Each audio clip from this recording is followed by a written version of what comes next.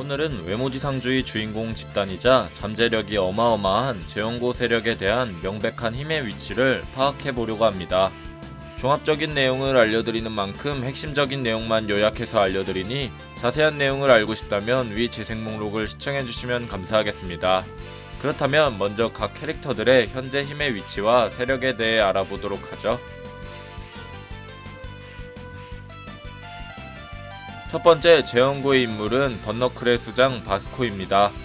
본명은 이은태이며 바스코는 현재 재원고 소속으로 중구의 대표 크루 번너클을 이끌고 있는 인물이죠. 번너클은 재원고의 대표 크루이며 바스코의 여러 면모에 반해서 들어온 인물들이 다수를 차지하며 본인들의 말에 의하면 4대 크루에게 스카우트 제의까지 받아 그리로 갈 뻔했다는 말이 있을 정도입니다.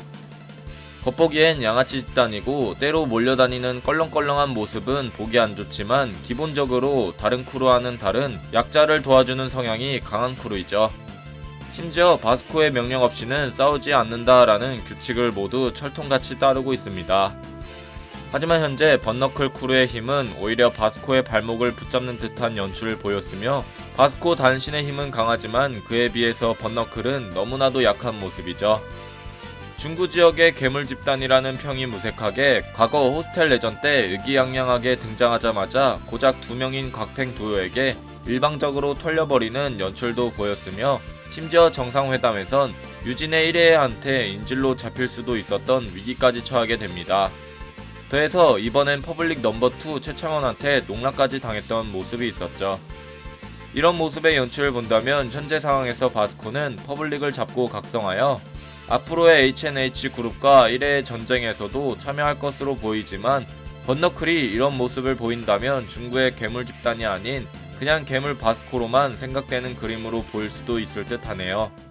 반면 현재 바스코는 자신의 트라우마를 이용한 최창원이 번너클을 그렇게 만든 것은 그와 대결할 목적의 떡밥으로 보이며 바스코는 이번할 계기로 전에 계속 보였던 흑화 각성을 이뤄낼 것으로 보입니다. 나쁜 놈들을 잡으려면 자신이 나쁜 놈이 되어야 한다는 말을 본다면 말이죠. 바스코가 흑화 각성을 하게 된다면 아무래도 4대 크루 헤드들과 동급의 실력을 가질 것으로 예상이 됩니다. 다음 인물은 호스텔의 큰아빠 장현입니다. 호스텔의 장현은 번너클의 바스코와는 다르게 균형이 잘 잡힌 크루 중 하나였지만 최근 3년 전 시절의 성유한급 강함이라고 불렸던 웅구탱구가 퍼블릭 넘버3에게 져버린 연출로 인해 비상사태인 부분이 있을 듯 하죠. 하지만 상성이 맞지 않는다라는 언급을 봤을 땐 힘의 차이가 아닌 말 그대로 상성이 안 맞아서 졌을 수도 있다고 생각합니다. 그뿐만이 아니라 현재 장현과 비빌 수 있는 인물인 최원석 또한 국가비밀요원이었던 김 부장의 밑에서 배우고 있기 때문에 호스텔은 장현에게 큰 힘이 되어주는 버팀목 역할을 해주고 있죠. 그렇다면 장현 혼자의 몸으로 봤을 때 그의 힘의 위치는 과연 어디일까요? 장현은 과거 성유한과 붙기 전 4대 크루 헤드들 중 최약체로 불렸지만 이도규에게 수련을 받음에 있어서 자신의 특성인 야성을 각성시켰고 그로 인해 헤드들 중 최강자로 불리는 성유한과 맞치기를 할 정도의 힘을 가지게 되었습니다. 장현 역시 웅구와 탱구가 당한 것에 있어 퍼블릭의 넘버3와 싸울 것으로 보이며 그는 이미 1회 편에서 각성을 했던 저력이 있기 때문에 현재 그대로 4대 크루 헤드급 자리에 고정으로 생각하시면 될 듯 싶습니다. 아무래도 김기명이나 서성은과 비슷할 가능성이 높죠. 다음 인물은 새로운 육체 가열 각성자 이진성입니다. 이진성은 매번 지는 자신의 모습을 보며 자기 혐오를 가지게 됐고 그로 인해 육체 가열을 하게 되는 각성자 핫진성으로 바뀌게 되었습니다.